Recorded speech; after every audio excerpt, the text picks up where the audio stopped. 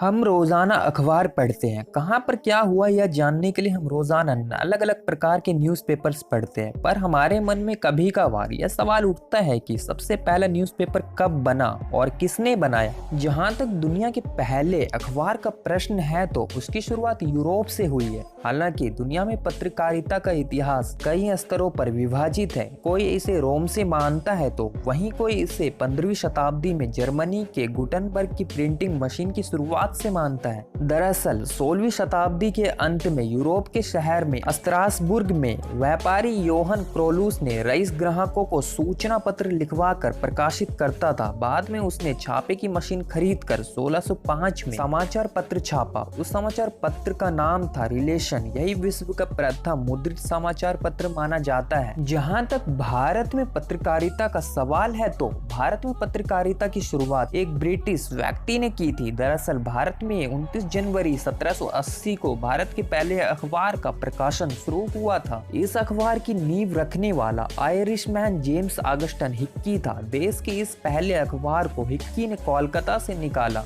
इसका नाम रखा बंगाल गजट। अंग्रेजी में निकाले गए इस अखबार को द कलकत्ता जनरल एडवर्टाइजर और हिक्की गजट के नाम से भी जाना जाता है। हिंदी के प्रथम समाचार पत्र का प्रकाशन 30 मई सन 1826 में कलकत्ता से एक साप्ताहिक पत्र के रूप में शुरू हुआ था। इस अखबार के संपादक जुगल किशोर शुक्ल या कुछ अभिलेखों में इनका नाम युगल किशोर शुक्ल भी मिलता है। उन्होंने ही सन 1826 ईस्वी में कलकत्ता के कोलू टोला मोहल्ले की 37 नंबर अमरतल्ला गली से उदंत मार्तंड निकाला। हिंदी के लिए यह बड़ी ही गौरव की बात थी कि उस समय अंग्रेजी, फारसी और बंगला में तो अनेक पत्र निकल रहे थे, लेकिन हिंदी में एक भी पत्र नहीं था। ऐसे में उदंत मार्तंड के प्रकाशन ने पूरे देश को हिंदी भाषा के एक नए सूत्र में पिरोने की नींव डाली। हिंदी के अखबार की बात करें तो इसकी छपाई और इसकी शुरुआत सबसे आखिर में हुई। इससे पहले काफी सारे अखबार भारत में छपना शुरू हो चुके थे।